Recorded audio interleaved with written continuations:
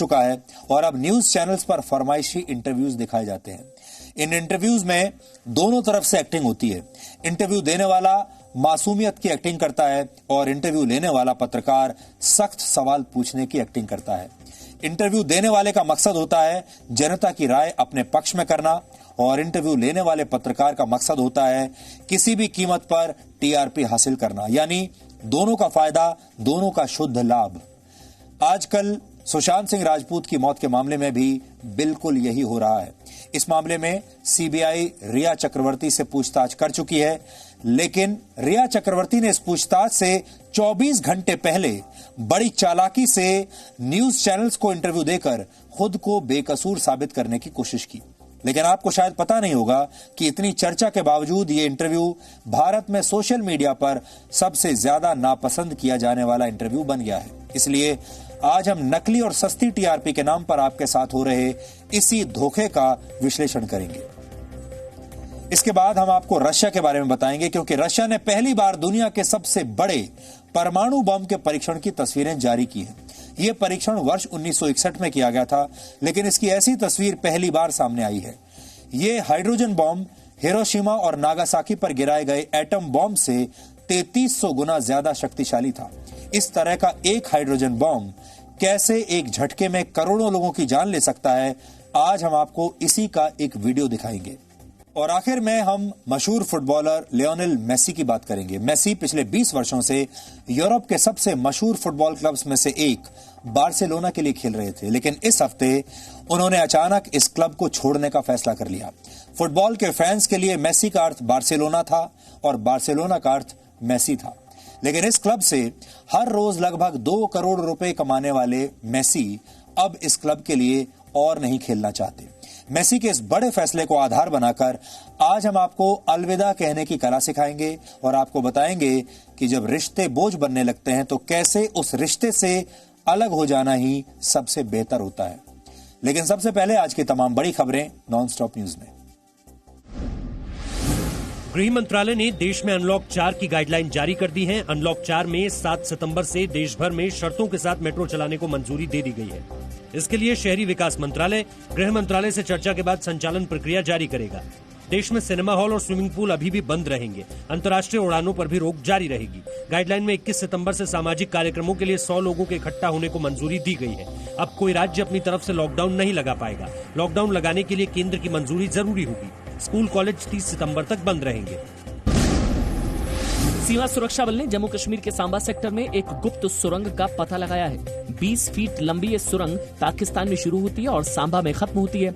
Zero line पर बनाई गई इस सुरंग को बोरियों से छिपाया गया था। बोरियों पर कराची की कंपनी का नाम लिखा हुआ है। इतनी बड़ी टनल खोदने में कहीं ना कहीं एस्टेब्लिशमेंट का, पाकिस्तान एस्टेब्लिशमेंट का जरूर हाथ है और उनका नॉलेज है। कंडीशन देखने से लगता है कि ये टनल अभी फ्रेश है। बीएसएफ ने पूरे इलाके में बड़ा अभियान चलाया है ताकि पता लगाया जा सके कि इंटरनेशनल बॉर्डर पर ऐसी सुरंगें कितनी हैं। बीएसएफ को शक है कि इस सुरंग का इस्तेमाल आतंकवादियों की घुसपैठ और ड्रग्स की सप्लाई के लिए हुआ है। प्रधानमंत्री नरेंद्र मोदी ने आज वीडियो कॉन्फ्रेंसिंग से उत्तर प्रदेश के झांसी में केंद्रीय कृषि विश्वविद्यालय के कॉलेज और प्रशासनिक भवन का उद्घाटन किया। झांसी के कृषि विश्वविद्यालय से खेती के साथ साथ किसान कल्याण में आधुनिक शोध में सहयोग मिलेगा। प्रधानमंत्री नरेंद्र मोदी ने कहा कि यहां से पढ़ाई करने वाले छात्र देश के कृषि क्षेत्र को मजबूत करेंगे। आज एक नई गर्जना की आवश्यकता है और इसी झांसी से, इसी बुंदेलखंड की धरती से आवश्यकता है। मेरी झांसी, मेरा बुंदेलखंड आत्मनिर्भर भारत अभियान को सफल बनाने के लिए पूरी ताकत लगा देगा, एक नया अध्याय लिखेगा। अभिनेता सुशांत सिंह राजपूत केस में आरोपी रिया चक्रवर्ती से सीबीआई ने आज 7 घंटे तक पूछताछ की। रिया चक्रवर्ती लगातार दूसरे दिन पूछताछ के लिए आज दोपहर 1:30 बजे डीआरडीओ गेस्ट हाउस पहुंची थी। सीबीआई ने रिया चक्रवर्ती से कल 10 घंटे पूछताछ की थी। सूत्रों के मुताबिक सीबीआई रिया चक्रवर्ती का दिल्ली लाकर पॉलीग्राफी टेस्ट करा सकती है, क्योंकि रिया के कई बयानों में विरोधाभास है। रिया का जो इंटरव्यू था उसमें साफ नकार दिया इस बात को कि एक जगह सबूत पेश किए गए, कुछ सुराग मिले और एक जगह किसी ने उसको पूरी तरह से नकार दिया। आप ये सीबीआई का काम है कि अच्छी तरह से तफ्तीश करें। रिया चक्रवर्ती के अलावा सीबीआई ने आज उनके भाई शोविक, सुशांत के दोस्त सिद्धार्थ पठानी, सुशांत के house manager Samuel Miranda, Sushant के पूर्व कुक नीरज और केशव और सुशांत के पूर्व अकाउंटेंट रजत मेवाती से पूछताछ की। सूत्रों के मुताबिक सुशांत केस में कुछ लोगों को सरकारी गवाह बनाने की प्रक्रिया भी शुरू हो गई है और सीबीआई सुशांत के दोस्त डायरेक्टर संदीप सिंह से जल्द पूछताछ कर सकती है। और इसमें जो भी कोई पॉलिटिकल लोग हो, सोशल लोग हो, फिल्म इंडस्ट्री के लोग हो या कोई भी हो, उनके ऊपर कड़ी कार्रवाई होनी चाहिए। केंद्रीय गृह मंत्री अमित शाह को जल्द एम्स से छुट्टी मिल सकती है। एम्स के हेल्थ बुलेटिन के मुताबिक अमित शाह स्वस्थ हो चुके हैं और उन्हें डिस्चार्ज किया जा सकता है। 18 अगस्त को तबीयत खराब होने पर गृह मंत्री अमित शाह एम्स में भर्ती हुए थे। 14 अगस्त को अमित शाह मेदांता अस्पताल में कोरोना नेगेटिव होने के बाद डिस्चार्ज हुए थे। 2 अगस्त को अमित शाह की कोरोना रिपोर्ट पॉजिटिव आई थी। संयुक्त अरब अमीरात में आईपीएल 2020 शुरू होने से 21 दिन पहले टूर्नामेंट पर कोरोना वायरस के संक्रमण का खतरा मंडरा रहा है। चेन्नई सुपर किंग्स के 2 प्लेयर और 11 स्टाफ कोरोना संक्रमित हो गए हैं। बीसीसीआई की ओर से जानकारी दी गई है कि 20 से 28 अगस्त तक 1988 खिलाड़ियों और स्टाफ का कोरोना टेस्ट करवाया गया, जिसमें 2 खिलाड़ी और 11 स्टाफ कोरोना पॉजिटिव पाए गए, जिसके बाद संपर्क में आए दूसरे खिलाड़ियों को आइसोलेशन में भेज दिया गया। संक्रमित लोगों को मेडिकल टीम की निगरानी में रखा गया है। 19 सितंबर से 10 नवंबर के बीच आईपीएल 2020 में 53 मैच खेले जाने हैं। स्वीडन पुलिस ने कल रात भड़के दंगों के मामले में अभी तक 15 लोगों को गिरफ्तार किया है। पुलिस के मुताबिक कल रात एक धर्म ग्रंथ के अपमान की खबर पर मालमो शहर में 300 से ज्यादा प्रदर्शनकारियों ने दंगा किया, गाड़ियों में आग लगाई और पुलिस पर पत्थरबाजी की। शुक्रवार को एक मुस्लिम विरोधी नेता की गिरफ्तारी के बाद उनके समर्थकों ने धर्म ग्रंथ को जला दिया था। इसके बाद ये दंगे भड़के। देश में कोरोना संक्रमण के मामले 34 लाख से ज्यादा हो गए हैं। केंद्रीय स्वास्थ्य मंत्रालय की ओर से जारी आंकड़ों के मुताबिक पिछले 24 घंटे में कोरोना संक्रमण के 76,472 नए केस आए। 1,021 लोगों की मौत हुई और 65,050 लोग इलाज से ठीक हुए। देश में अब तक 34,63,972 लोग कोरोना वायरस से संक्रमित हो चुके हैं, जिनमें 26,48,998 लोग इलाज से ठीक हुए हैं। इलाज से ठीक होने वाले मरीजों की दर 76.47% हो गई है। कोरोना संक्रमण से अब तक 62,550 लोगों की मौत हो चुकी है। कोरोना संक्रमण के लगातार बढ़ रहे मामलों से निपटने के लिए आज केंद्रीय स्वास्थ्य मंत्री डॉक्टर हर्षवर्धन की अध्यक्षता में उच्च स्तरीय मंत्री समूह की बैठक हुई। बैठक में कोरोना महामारी को लेकर केंद्र और राज्य सरकार के बीच बेहतर तालमेल पर जोर दिया गया। साथ ही स्वदेशी कोरोना वैक्सीन के परीक्षण की प्रगति की भी समीक्षा हुई।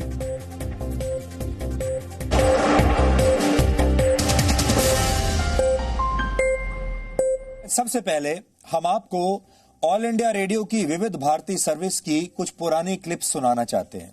ये 70 और 80 का दशक था जब देश भर से लोग चिट्ठियां लिखकर अपना मनपसंद गाना सुनने की फरमाइश भेजा करते थे। यानी ये फरमाइशी गीत हुआ करते थे जो लोगों की फरमाइश पर तब चलते थे। आज आप इसकी एक झलक देखिए और फिर हम फरमाइशी इंटरव्यूज के इस नए दौर में आपका स्वागत करेंगे।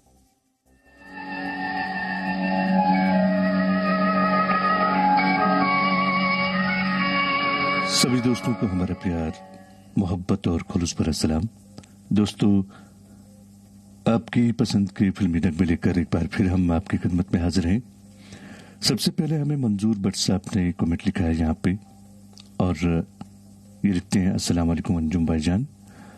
और ये त्रिगाम संबल से हैं। इन्होंने गजल सुननी चाहिए जगजीत सिंह की आवाज में। हम आपको सुनवाते हैं आपकी पसंद की ये गजल। और आप लिखते हैं कि आपके साथ और भी दोस्त हैं, ये हैं मसूद भट्ट साहब, भट्ट मंजूर, भट्ट मुजफ्फर, शौकत बशीर, नसीर शेख साहब, अदनान आदिल और जोहर साहब। ये 60, 70 और 80 का दशक था जब देश के कोने कोने से लोग चिट्ठियां लिखा करते थे ऑल इंडिया रेडियो को और कहते थे कि हमारी फरमाइश पर ये गाना हमें सुनवा दीजिए। ये फरमाइशें भारत के कोने कोने से आती थी उस जमाने में। और अब नया दौर आ गया है। अब फरमाइशी गीतों का दौर तो चला गया, लेकिन अब भारत में न्यूज चैनल्स पर फरमाइशी इंटरव्यूज का दौर शुरू हो गया है। इन फरमाइशी इंटरव्यूज के में दोनों तरफ से एक्टिंग होती है, यानी ये अब एक मिश्रण बन गया है। इसमें पत्रकारिता कम हो गई है और एक्टिंग ज्यादा हो गई है, और दोनों तरफ से एक्टिंग होती है। इंटरव्यू देने वाला मासूमियत की एक्टिंग करता है, जैसे उसे कुछ पता ही नहीं, वो बेकसूर है, और इंटरव्यू लेने वाला पत्रकार सख्त सवाल पूछने की एक्टिंग करता है। इसलिए दोनों तरफ से एक्टिंग का आना बहुत जरूरी है। इंटरव्यू देने वाले का मकसद होता है जनता की राय अपने पक्ष में कर लेना। अक्सर ऐसे इंटरव्यूज किसी न किसी केस में फंसे हुए आरोपी देते हैं, और इंटरव्यू लेने वाले पत्रकार का मकसद होता है कि अपने चैनल पर किसी भी कीमत पर ज्यादा से ज्यादा टीआरपी हासिल करना, यानी दोनों तरफ का शुद्ध लाभ, दोनों का पूरा पूरा फायदा। आजकल सुशांत सिंह राजपूत की मौत के मामले में भी बिल्कुल यही हो रहा है। रिया चक्रवर्ती ने बड़ी चालाकी से एक न्यूज चैनल को इंटरव्यू देकर खुद को बेकसूर साबित करने की पूरी कोशिश की, लेकिन आपको शायद पता नहीं होगा कि इतनी चर्चा के बावजूद रिया चक्रवर्ती ने जो कुछ न्यूज चैनल्स पर आकर इंटरव्यूज दिए हैं बड़े बड़े पत्रकारों को, ये इंटरव्यू सोशल मीडिया पर देश में सबसे ज्यादा नापसंद किया जाने वाला इंटरव्यू बन गया है। इसलिए नकली और सस्ती टीआरपी के नाम पर आपके साथ हो रहे इस धोखे का विश्लेषण कर रहे हैं। अब इंतजार रहेगा अगले हफ्ते आने वाली रेटिंग का, जिसमें आपको यह पता चलेगा कि जो इंटरव्यू रिया चक्रवर्ती ने दिया उसकी टीआरपी कैसी आती है। लेकिन सोशल मीडिया कई मामलों में बड़ा ईमानदार माध्यम है, क्योंकि सोशल मीडिया पर आपको तुरंत पता चल जाता है कि देश के लोग या दुनिया के लोग जब इस कंटेंट को देख रहे हैं, जब इस इंटरव्यू को देख रहे हैं, तो वो इसे पसंद कर रहे हैं या नापसंद कर रहे हैं। रिया चक्रवर्ती के इंटरव्यू की जो क्लिप्स डाली गई सोशल मीडिया पर, उसमें पसंद करने वाले लोगों की संख्या कम थी और नापसंद करने वालों की संख्या ज्यादा थी। असल में ऐसे इंटरव्यूज आरोपी की पीआर एजेंसी या आरोपी के वकील द्वारा तय करवाए जाते हैं, वो ही इन्हें फिक्स करते हैं। इन फरमाइशी इंटरव्यूज की पटकथा पहले से लिखी जा चुकी होती है, और ऐसे न्यूज चैनल्स को ये इंटरव्यू दिए जाते हैं जहां इंटरव्यू देने वाले व्यक्ति को और उसकी पूरी टीम को यह लगे कि इस चैनल पर जाना हमारे लिए बिल्कुल सेफ रहेगा, ये चैनल हमारे हक की बात करेगा, ये चैनल हमारी तरफदारी करेगा, और वो सारे चैनल्स को स्टडी करते हैं। फिर देखते हैं कि सारे न्यूज चैनल्स में से कौन सा ऐसा न्यूज चैनल है जो उनके तरफ की बात कर रहा है। फिर उसे अप्रोच किया जाता है, उनकी पीआर की टीम या उनके वकील वहां किसी पत्रकार से बात करते हैं और कहते हैं कि हम आपको एक एक्सक्लूसिव इंटरव्यू दिला देते हैं जिसमें टीआरपी की पूरी गारंटी है, लेकिन आप पूछेंगे वही जो हम कहेंगे, यानी पटकथा पहले से तैयार कर ली जाती है और फिर दोनों तरफ से एक्टिंग होती है। यानी रिया चक्रवर्ती ने सीबीआई द्वारा होने वाली पूछताछ से कुछ घंटे पहले ही कैसे मीडिया का इस्तेमाल अपने पक्ष में कर लिया, अब आपको समझ में आया होगा कितनी चालाकी से उन्होंने न्यूज चैनल्स का इस्तेमाल किया और पूरे देश में उन्होंने अपना प्रचार कर दिया और अपना पॉइंट ऑफ व्यू देश के सामने रख दिया, जिससे उन्हें कुछ सहूलियत मिल सके, उनके प्रति सहानुभूति की लहर पैदा की जा सके। यह बिल्कुल साफ है कि इस इंटरव्यू का मकसद पूछताछ करने वाले अधिकारियों पर भी एक नैतिक दबाव बनाना था। रिया चक्रवर्ती के वकील ने हमें यानी जी न्यूज को भी इस इंटरव्यू का ऑफर दिया था। वो चाहते थे कि जी न्यूज पर भी यह इंटरव्यू हो जाए, लेकिन उनकी शर्त थी कि हमें उनके पक्ष में ही खबरें दिखानी होंगी, हमें उनके साथ अपनी लॉयल्टी साबित करनी होगी, हमें उन्हें इस बात पर कन्विंस करना होगा कि हम उनके पक्ष की खबरें दिखाएंगे और हम उनका साथ देंगे। ऐसी कोई भी शर्त पत्रकारिता के आदर्शों के खिलाफ होती है, इसलिए हमने इस इंटरव्यू के ऑफर को ठुकरा दिया। खुद को बचाने के लिए मीडिया का इस्तेमाल करने की इस कला को पब्लिक रिलेशन यानी पीआर एक्सरसाइज भी कहा जाता है। कुछ पत्रकार बिना सोचे समझे रिया चक्रवर्ती और उन्हें बचाने वालों के हाथों का खिलौना बन गए और नकली टीआरपी की इस रेस में शामिल हो गए। अब सवाल दर्शकों पर है, अब परीक्षा दर्शकों की है। एक परीक्षा थी मीडिया की, जिसमें मीडिया का एक बड़ा हिस्सा परीक्षा में फेल हो गया। अब परीक्षा है दर्शकों की, और हमें भी इस बात का इंतजार रहेगा कि जब अगले हफ्ते न्यूज चैनल्स की रेटिंग आएगी तो इस इंटरव्यू को कितनी टीआरपी मिलती है। इस सवाल का जवाब हमें कुछ हद तक मिल भी गया है।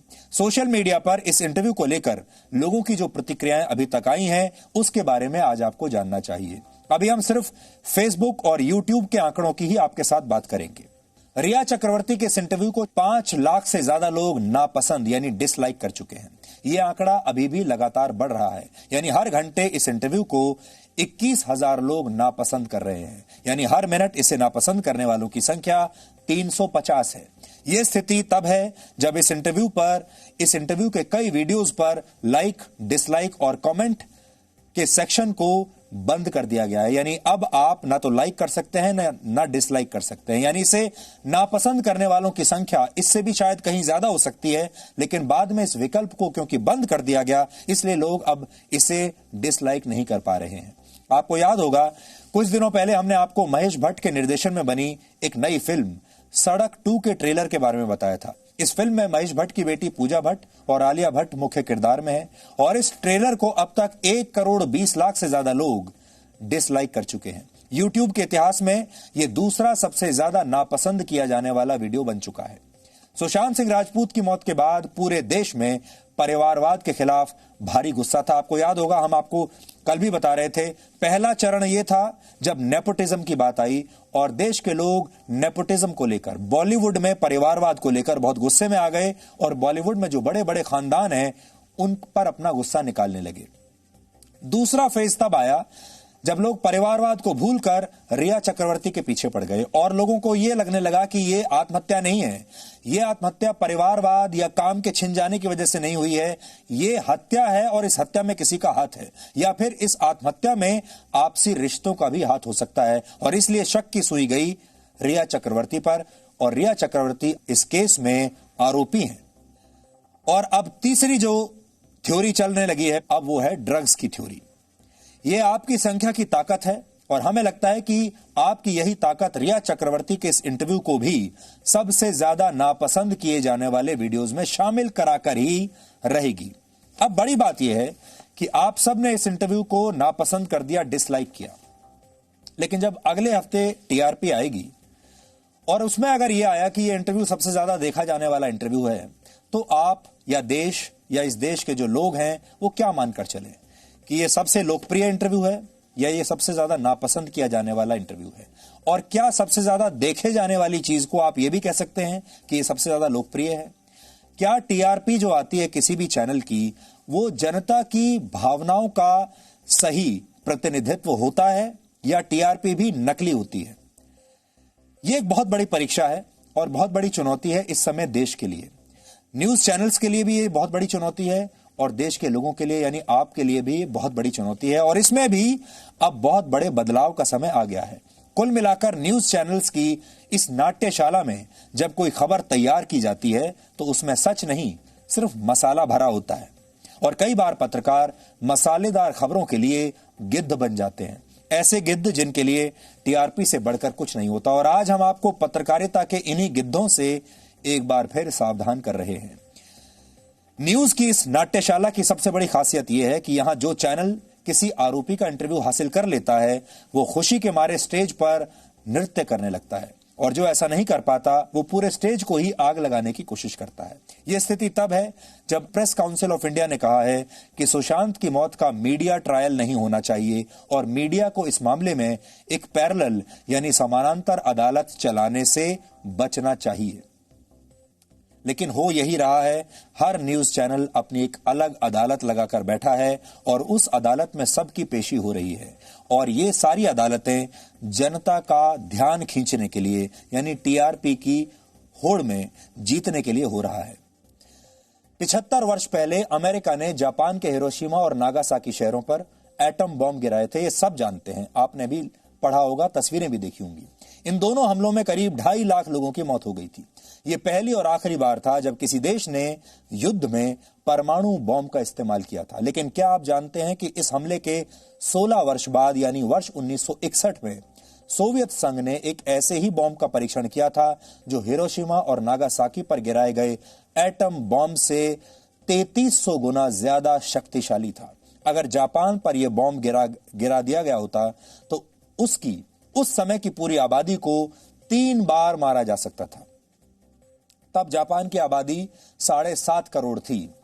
अब रशिया ने 60 वर्ष पहले हुए उसी परमाणु परीक्षण का वीडियो पहली बार जारी किया है। यह एक हाइड्रोजन बॉम्ब था। इस समय आप उसी वीडियो को देख रहे हैं। दुनिया में पहली बार आपके टीवी स्क्रीन पर हाइड्रोजन बॉम्ब के उसी धमाके की तस्वीर आप देख पा रहे हैं। इसे पृथ्वी पर हुआ अब तक का सबसे बड़ा न्यूक्लियर ब्लास्ट माना जाता है, जो इस समय आपकी स्क्रीन पर है। ध्यान से देख लीजिए। Превращение купола в грибообразное облако. В своем конечном развитии оно достигло высоты 60-65 километров. Его диаметр равнялся, облако начало утрачивать грибообразную форму. В этот период диаметр его основания был равен 70 километрам, а диаметр ножки 26-28 километрам. रशिया ने परमाणु परीक्षण 30 अक्टूबर 1961 को आर्कटिक महासागर के एक द्वीप पर किया था। अब तक ये तस्वीरें क्लासिफाइड थीं, यानी गोपनीय थीं और इन्हें रिलीज नहीं किया गया था। अब इन्हें रिलीज किया गया है, लेकिन अब रशिया की न्यूक्लियर एनर्जी एजेंसी ने इसके वीडियो को सार्वजनिक कर दिया है और इसीलिए आज हम आपको ये दिखा पा रहे हैं। इस परमाणु परीक्षण से 50 मेगा टन की ऊर्जा पैदा हुई थी। आज से पहले इस परीक्षण के जो वीडियो सामने आए थे वो बहुत साफ यानी स्पष्ट नहीं थे, लेकिन अब रशिया ने उस जमाने में इस परमाणु परीक्षण पर बनाई गई 40 मिनट की पूरी डॉक्यूमेंट्री फिल्म रिलीज कर दी है। रशिया में इसे जार बॉम्ब कहा जाता है। रशिया की भाषा में जार का मतलब होता है राजा। अगर अंग्रेजी में हम कहेंगे तो शायद इसका नाम कुछ ऐसा होगा जैसे किंग बॉम्ब, यानी शायद सारे बॉम्ब्स का राजा। इस बॉम्ब को एक हवाई जहाज से पैराशूट की मदद से गिराया गया था। यह जमीन से 13,000 फीट की ऊंचाई पर फटा था। इसकी टाइमिंग इस तरह से रखी गई थी कि धमाका होने से पहले इसे गिराने वाला हवाई जहाज कम से कम 45 किलोमीटर दूर निकल चुका हो, नहीं तो वो भी नष्ट हो जाएगा। लेकिन बम के फटने से पैदा हुई ऊर्जा ने इस प्लेन को भी अपने चपेट में ले लिया था और ये हवाई जहाज बेकाबू होकर 1 किलोमीटर तक नीचे गिरने लगा था। हालांकि बाद में जो इसे उड़ाने वाले पायलट्स थे उन्होंने इस प्लेन को बड़ी मुश्किल से संभाल लिया था, वरना ये क्रैश हो गया होता। इस परीक्षण के बाद जो ऊर्जा और रोशनी निकली उसे 1000 किलोमीटर दूर से भी देखा जा सकता था। आप कल्पना कीजिए, 1000 किलोमीटर दूर से भी देखा जा सकता था। 3 секунды, 2, 1, дался световой вспышкой необычной силы. В этот момент самолет-носитель находился в 45 километрах от места сброса. Вспышка и последующее свечение, несмотря на сплошную облачность, были видны в радиусе до 1000 километров.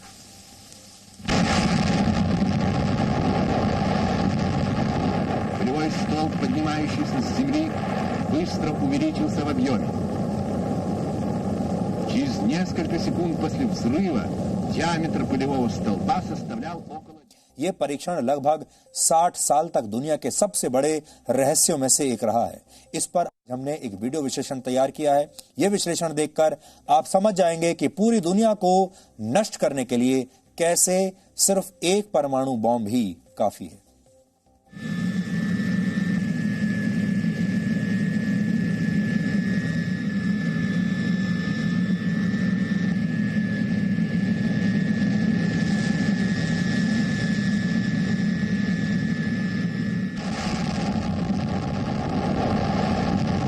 इतना ताकतवर धमाका इतिहास में पहले कभी नहीं हुआ था। इस धमाके से धरती कांप उठी थी।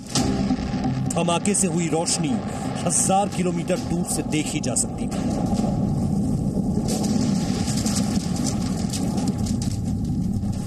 अक्टूबर 1961 को रशिया ने हाइड्रोजन बम का परीक्षण करके पूरी दुनिया को डरा दिया था। 50 मेगाटन के हाइड्रोजन बम के इस धमाके की गूंज सैकड़ों किलोमीटर तक सुनी गई। इसकी रोशनी धरती पर उगते सूरज के जैसी थी। कैमरे के फ्लैश की तरह एक रोशनी हुई जिसकी तीव्रता हर पल बढ़ती गई।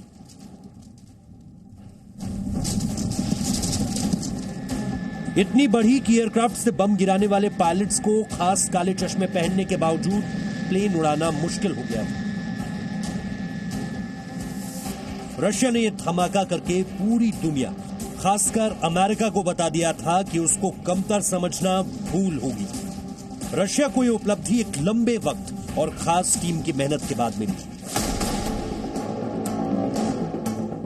थर्मोन्यूक्लियर बम बनाने के लिए वैज्ञानिकों की एक बड़ी टीम बनाई गई थी, जिसने खुफिया जगह पर इस बम को तैयार किया।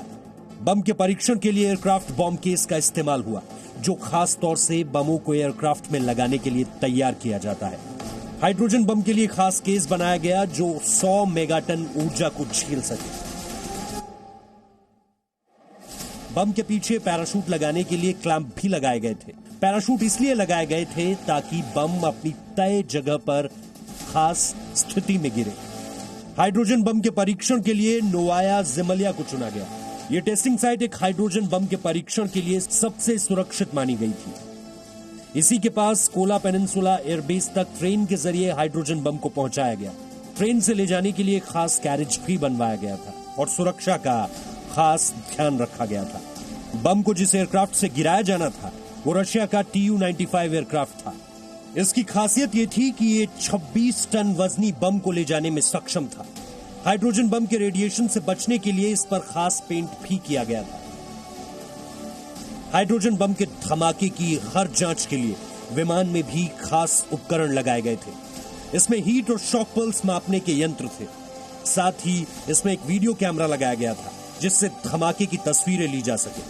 इस परीक्षण की निगरानी के लिए बनाया गया कमांड पोस्ट परीक्षण की जगह से 260 किलोमीटर दूर था।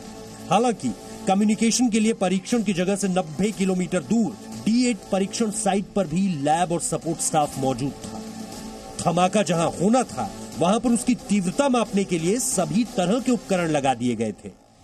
D8 टेस्टिंग साइट पर बेलूशिया बे में वॉरशिप भी तैनात किए गए थे। मुख्य टेस्टिंग साइट से 17 किलोमीटर दूर कैमरे लगाए गए थे ताकि धमाके की तस्वीरें ली जा सके। 29 अक्टूबर तक इस बम से जुड़ी सभी जांच पूरी कर ली गई थी।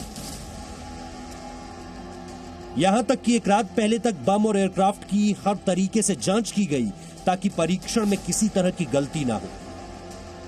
बम को एयरक्राफ्ट से ले जाने वाले पायलट्स को भी आखिरी चंद जानकारियां दी गई जो पहले गुप्त रखी गई थी।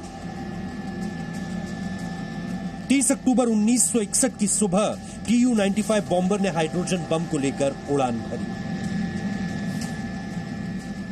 हाइड्रोजन बम वाले एयरक्राफ्ट के साथ एक और एयरक्राफ्ट उड़ान भर रहा था।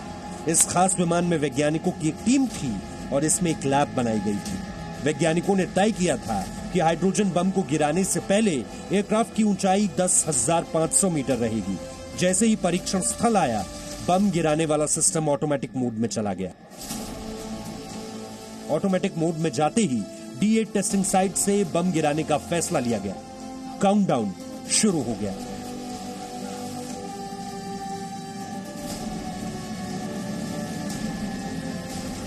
पैराशूट की मदद से बम सटीक जगह पर गिरा। इस धमाके से इतनी तेज रोशनी हुई कि कोई भी कैमरा इसकी असली ऊर्जा को माप नहीं पाया।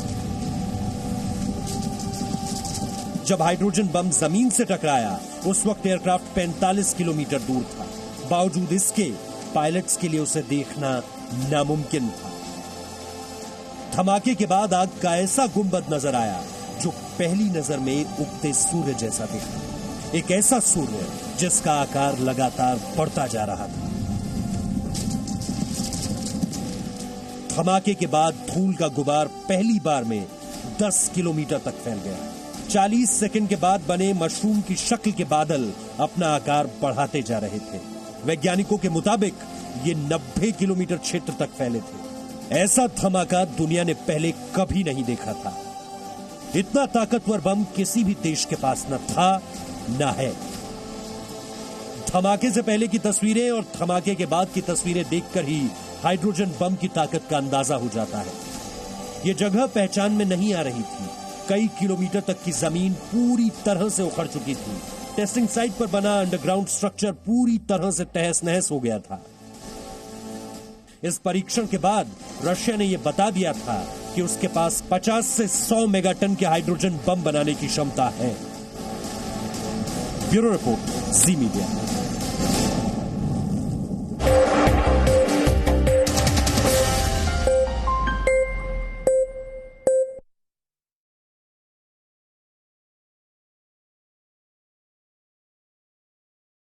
काले को सफेद बताता है, हकीकत देश से छिपाने लगे।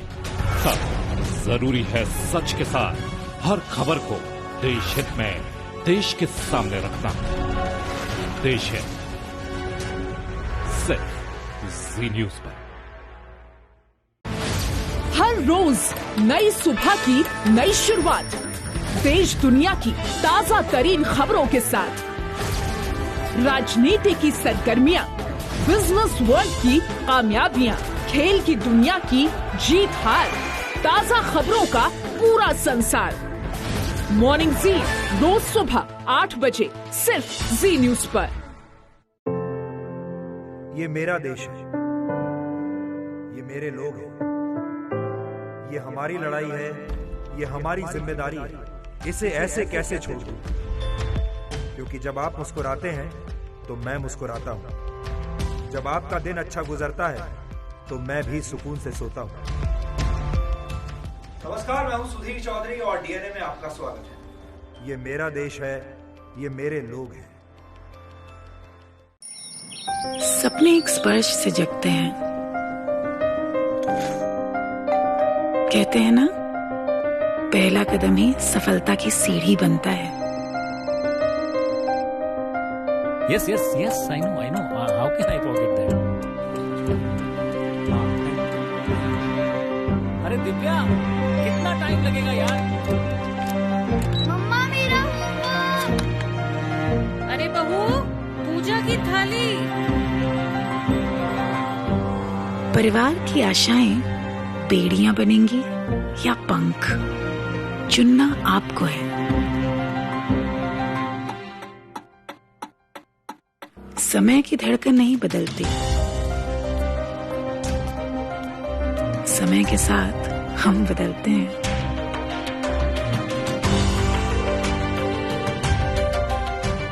क्योंकि जब अपने संस्कारों के लिए सम्मान हो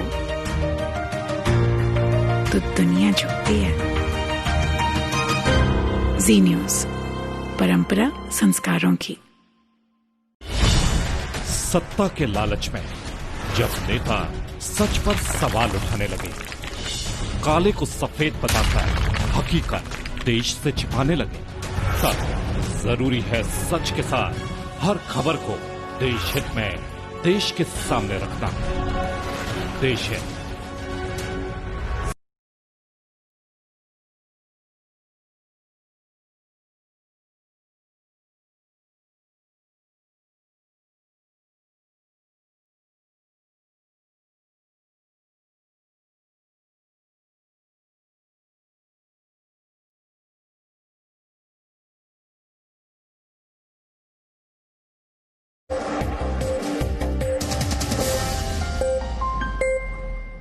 अब हम art of saying goodbye यानी अलविदा कहने की कला का एक विश्लेषण करेंगे।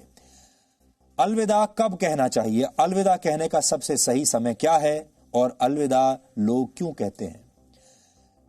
जीवन में हम में से ज्यादातर लोगों को जो भी पहचान मिलती है, जो भी सफलता मिलती है और इस सफलता के साथ जो धन दौलत और प्रतिष्ठा मिलती है, उसे छोड़ देना यानी अलविदा कह देना सबसे मुश्किल काम होता है। आसान नहीं होता और लोग उसे कभी भी कर नहीं पाते। ज्यादातर लोग हम अपने पद, प्रतिष्ठा, मान सम्मान को ही अपनी असली पहचान मानते हैं। इस पहचान के साथ हमारा रिश्ता जितना लंबा होता है उतना ही उन्हें छोड़ना मुश्किल होता है। इस पहचान को बनाए रखने के लिए लोग उसूलों तक से समझौता कर लेते हैं, लेकिन जो व्यक्ति जीवन के किसी न किसी मोड़ पर अचानक इस पहचान को छोड़ने की क्षमता रखता है, सही मायनों में वही व्यक्ति सफल होता है। हमारे इस विश्लेषण का आधार दुनिया के सबसे महान फुटबॉलर्स में से एक लियोनेल मेसी का वो फैसला है जिसने पूरी दुनिया को हैरान कर दिया है। मेसी ने अपने प्रोफेशनल फुटबॉल क्लब बार्सिलोना को छोड़ने का फैसला किया है। वो इस क्लब के लिए पिछले 20 वर्षों से खेल रहे थे। 20 साल पुराना रिश्ता था बार्सिलोना और मेसी का, और लोग कल्पना नहीं कर सकते अब मेसी को बिना बार्सिलोना के देखने की और बार्सिलोना को बिना मेसी के देखने की। मेसी अर्जेंटीना के फुटबॉल खिलाड़ी हैं और वो अंतर्राष्ट्रीय मैचों में अपने देश के लिए खेलते हैं, लेकिन उनके क्लब का नाम है FC बार्सिलोना, जो कि स्पेन का एक फुटबॉल क्लब है। ये ठीक वैसा ही है जैसे क्रिकेट के खिलाड़ी अपने अपने देशों के लिए तो अंतर्राष्ट्रीय मैच खेलते हैं अपने देशों की टीम में, लेकिन IPL में वो कई दूसरे अंतर्राष्ट्रीय खिलाड़ियों के साथ एक टीम बनाकर किसी दूसरी टीम से भी मुकाबला करते हैं। मेसी का बार्सिलोना को छोड़ने का फैसला ठीक वैसा ही है जैसे महेंद्र सिंह धोनी अचानक आईपीएल की अपनी टीम चेन्नई सुपर किंग्स को छोड़ दें। वो टीम जिसके साथ वो 12 वर्षों से जुड़े हुए हैं और जिसे उन्होंने अपनी कप्तानी में 3 बार चैंपियन बनाया है। ये उदाहरण के जरिए हम आपको समझाने की कोशिश कर रहे हैं। हालांकि मेसी का बार्सिलोना छोड़ना इससे भी कहीं ज्यादा बड़ी खबर है।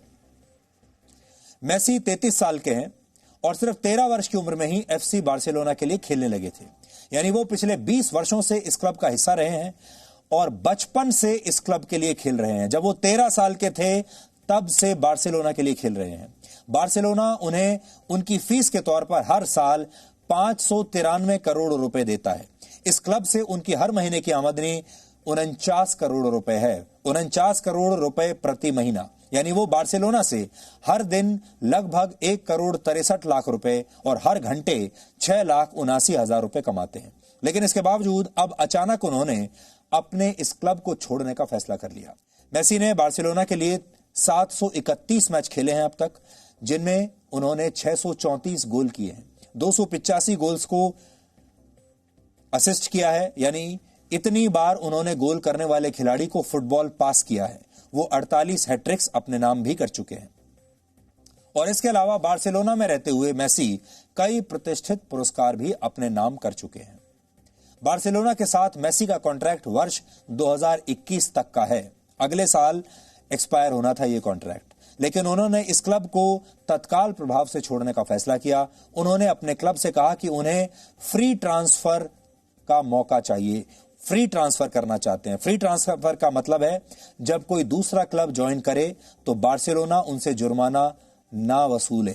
यानी जब मेसी किसी दूसरे क्लब को ज्वाइन कर लेंगे तो बार्सिलोना उनके ऊपर कोई फाइन ना लगाए। हालांकि फुटबॉल के जानकारों का मानना है कि अगर बार्सिलोना उन्हें फ्री ट्रांसफर नहीं देता तो भी मेसी मानने वाले नहीं हैं और वो बार्सिलोना को छोड़ने के लिए 700 मिलियन यूरोज यानी 6,000 करोड़ रुपए भी दे सकते हैं। यह रकम उनका नया क्लब चुकाएगा। इसे आम बोलचाल में बाय आउट कहा जाता है। अगर ऐसा हुआ तो यह फुटबॉल के इतिहास की सबसे बड़ी ट्रांसफर फी होगी। लेकिन मेसी जिस क्लब के साथ 20 वर्षों से खेल रहे हैं और जो क्लब उनकी पहचान बन गया था, उसे उन्होंने छोड़ने का फैसला क्यों किया? इसे आप 5 पॉइंट्स में समझिए। मेसी अपने ही क्लब से इतने नाराज क्यों हैं? ये जानने के लिए आपको फुटबॉल का शौकीन होने की भी कोई जरूरत नहीं। आसान भाषा में आपको समझाते हैं। पहला कारण है कि वो अपने क्लब के हालिया प्रदर्शन से खुश नहीं थे। इसी महीने की 16 तारीख को उनकी टीम जर्मनी के बायर्न म्यूनिख क्लब के साथ मुकाबले में बहुत बुरी तरह से हारी थी। 8-2 से उनकी टीम हार गई थी। तो बड़ा कारण तो यह है कि बार्सिलोना की टीम आजकल बहुत बुरा प्रदर्शन कर रही थी और ऐसी टीम में खेलने से मेसी खुद भी परेशान थे और उनका खुद का करियर इससे प्रभावित हो रहा था। दूसरा कारण यह है कि वो अपने क्लब बार्सिलोना में होने वाली राजनीति से बहुत परेशान थे। उन्हें शिकायत है कि मैनेजमेंट उनकी बात नहीं सुन रहा और क्लब में बहुत राजनीति हो रही है और यह राजनीति बढ़ती जा रही है।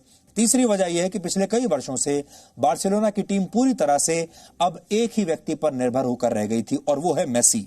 उन पर हमेशा शानदार प्रदर्शन करने का दबाव रहता था और उनकी टीम उनके अलावा मैच जिताने वाले अच्छे खिलाड़ियों को अपनी टीम में शामिल नहीं कर पा रही थी। चौथी समस्या पैसे की है, क्योंकि कोविड-19 की वजह से बार्सिलोना की हालत ठीक नहीं है पैसे के हिसाब से और क्लब द्वारा खिलाड़ियों पर यह दबाव बनाया जा रहा है कि वो अपनी फीस में कटौती करें। मार्च के महीने में मेसी समेत बार्सिलोना के सभी खिलाड़ी अपनी फीस में 70% तक की कटौती करने के लिए तैयार भी हो गए थे, लेकिन खिलाड़ियों के लिए आगे भी ऐसा करते रहना बहुत मुश्किल है। पांचवी वजह यह है कि मेसी अपने दोस्त और अपने साथी खिलाड़ी रहे लुइस सुआरेज को टीम से निकाले जाने से बहुत नाराज हैं।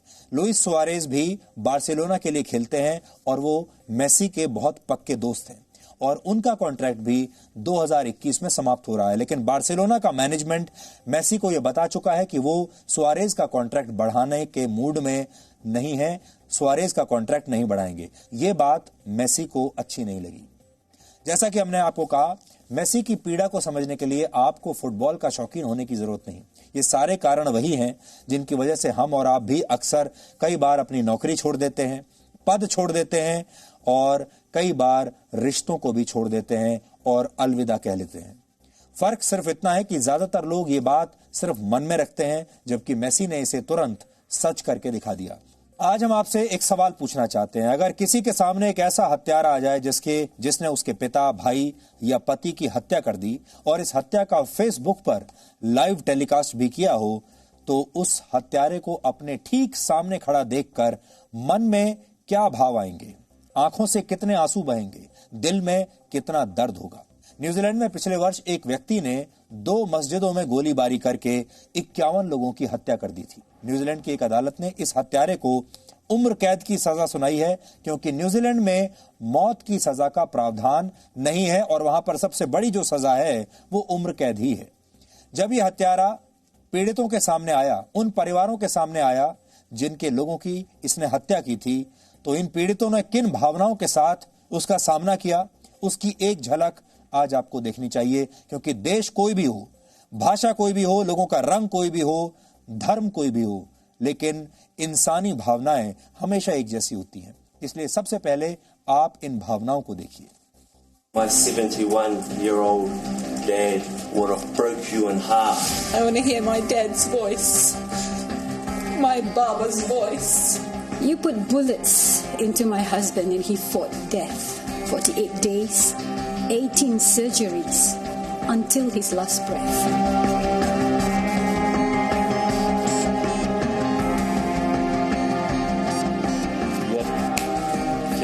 You terrorized the whole New Zealand. Failed to spread hatred.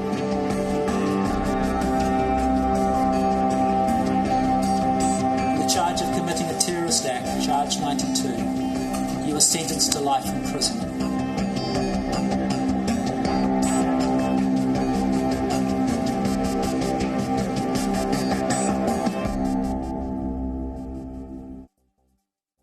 हमारे देश में जब कोई आतंकवादी हमला होता है और कोई आतंकवादी सैकड़ों लोगों की हत्या कर भी देता है, तो भी दोषियों को सजा मिलने में वर्षों लग जाते हैं। आपको याद होगा, वर्ष 1993 के बॉम्ब ब्लास्ट के दोषी याकूब मेमन को फांसी की सजा मिलने में 22 साल लग गए थे। मुंबई के 26/11 के हमलों के गुनहगार अजमल कसाब को फांसी की सजा में 4 साल लगे थे और संसद पर हमले के दोषी अफजल गुरु को 12 साल बाद उसके गुनाहों की सजा मिली थी। हमारे देश में आतंकवादियों को सजा मिलने में कई बार देर इसलिए भी हो जाती है क्योंकि हमारे ही देश का एक ऐसा गैंग है जो इन आतंकवादियों की फांसी रुकवाने के लिए आधी रात को भी सुप्रीम कोर्ट खुलवा लेता है। और ये पूरा की पूरा गैंग नहीं चाहता कि देश के किसी भी गुनहगार को कभी कोई सजा हो।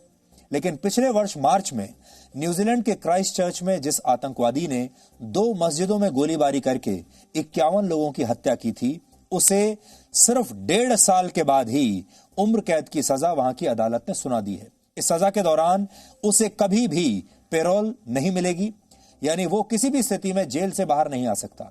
न्यूजीलैंड दुनिया के उन देशों में शामिल है जहां फांसी की सजा का कोई प्रावधान नहीं है, वहां फांसी की सजा नहीं दी जाती, इसलिए वहां बड़े से बड़े अपराध की अधिकतम सजा उम्र कैद है। न्यूजीलैंड में 51 लोगों की जान लेने वाले इस आतंकवादी का नाम है ब्रेंटन टैरेंट। ऑस्ट्रेलिया के नागरिक ब्रेंटन टैरेंट ने पिछले साल 15 मार्च को क्राइस्टचर्च की अल नूर मस्जिद और लिनवुड मस्जिद में गोलीबारी की थी, गोलियों की बरसात कर दी थी और मरने वालों में भारतीय मूल के 8 लोग भी शामिल थे। इस हत्यारे ने इस पूरी गोलीबारी का लाइव टेलीकास्ट फेसबुक पर किया था। जब इस आतंकवादी को सजा सुनाई जा रही थी, उस समय अदालत में मारे गए लोगों के परिवार और रिश्तेदार भी वहां मौजूद थे। इन लोगों ने इस आतंकवादी से पूछा कि आखिर उसने ऐसा क्यों किया। इस दौरान ज्यादातर लोग बहुत भावुक हो गए और उनकी आंखों से आंसू बहने लगे, लेकिन इस व्यक्ति के चेहरे पर पश्चाताप या दुख का एक भाव तक नहीं था। वो बड़े आराम से इन लोगों की बातें चुपचाप सुनता रहा। इस हमले में किसी ने अपना पति खोया, किसी ने अपनी पत्नी खोई, किसी ने अपना बेटा खोया, तो किसी ने अपने पिता को खो दिया। अदालत में मौजूद कुछ पीड़ित गुस्से में थे तो कुछ बहुत भावुक हो गए थे। हमले में मारे गए एक व्यक्ति की बेटी अपने पिता को याद करते करते रो पड़ी। एक माता पिता ने बताया कि वो अपने बेटे से कितना प्यार करते थे, लेकिन इस हमलावर ने उनके जीने का सहारा हमेशा के लिए छीन लिया। एक मृतक के भाई ने कहा कि उस दिन मैं वहां होता तो हमलावर की गर्दन तोड़ देता।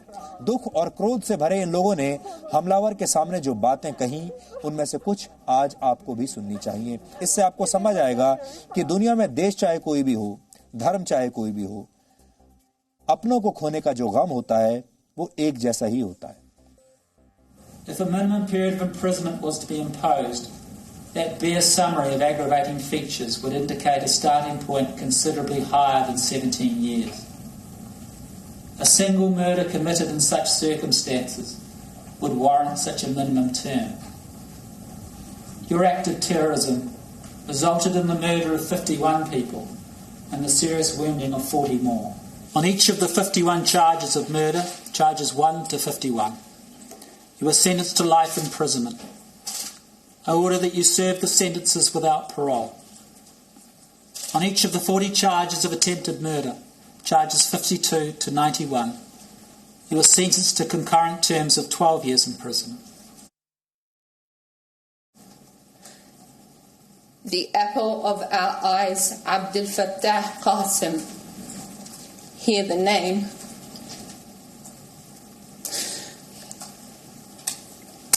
I wonder if he was in pain, if he was frightened,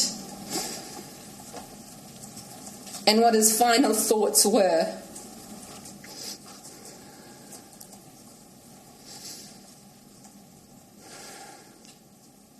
And I wish more than anything in the world that I could have been there to hold his hand and tell him that it would all be okay. But I couldn't do that. I never would have ever imagined that the country in which my parents immigrated to for safety and for a successful future for their children would result in this. I was screaming, yelling, swearing, "Where are you? Come in front." Then I didn't see any sign of him. You should thank Allah for I didn't catch you on that day. You never forget these two highs you ran from.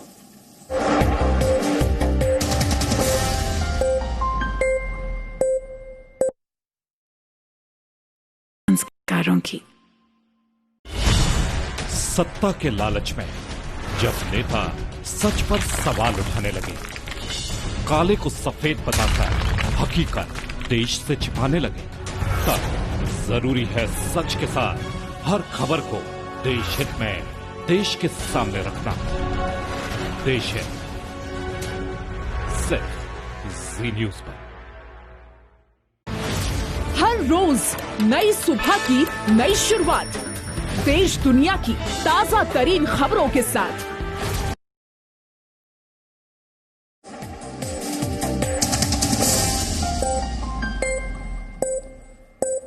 और अब देखते हैं कि आज के इतिहास में क्या लिखा है। वर्ष 1905 में आज ही के दिन हॉकी के जादूगर कहे जाने वाले मेजर ध्यानचंद का जन्म इलाहाबाद में हुआ था।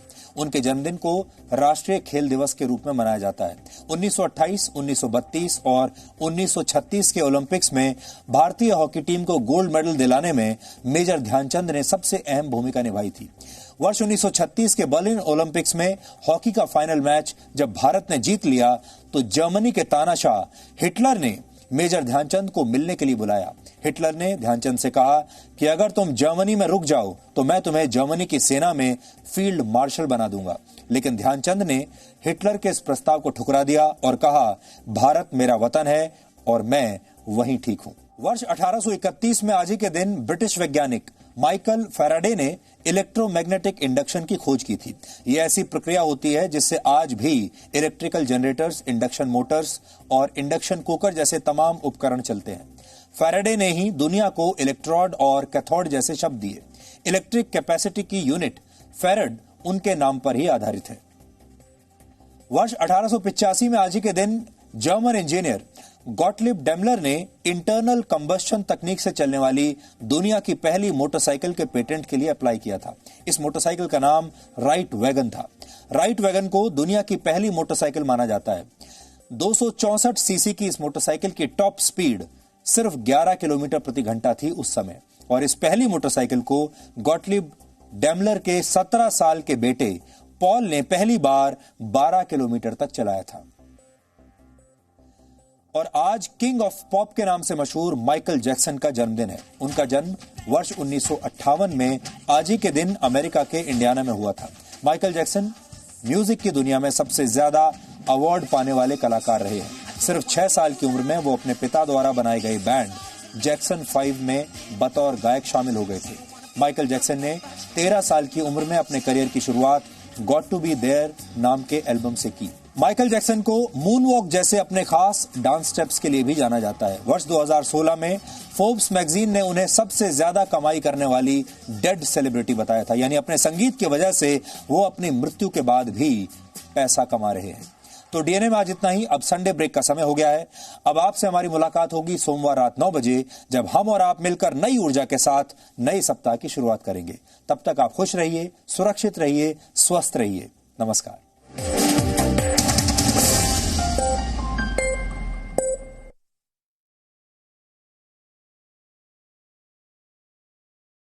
इसे ऐसे कैसे छोड़ दूं? क्योंकि जब आप मुस्कुराते हैं तो मैं मुस्कुराता हूं। जब आपका दिन अच्छा गुजरता है तो मैं भी सुकून से सोता हूं। नमस्कार, मैं हूं सुधीर चौधरी और डीएनए में आपका स्वागत है। ये मेरा देश है, ये मेरे लोग हैं। सपने एक स्पर्श से जगते हैं।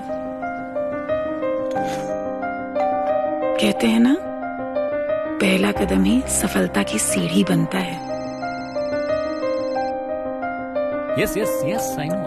How can I forget that? अरे दिव्या, कितना टाइम लगेगा यार? मम्मा मेरा होमवर्क। अरे बहू, पूजा की थाली। परिवार की आशाएं बेड़ियां बनेंगी या पंख, चुनना आपको है। समय की धड़कन नहीं बदलती, समय के साथ हम बदलते हैं।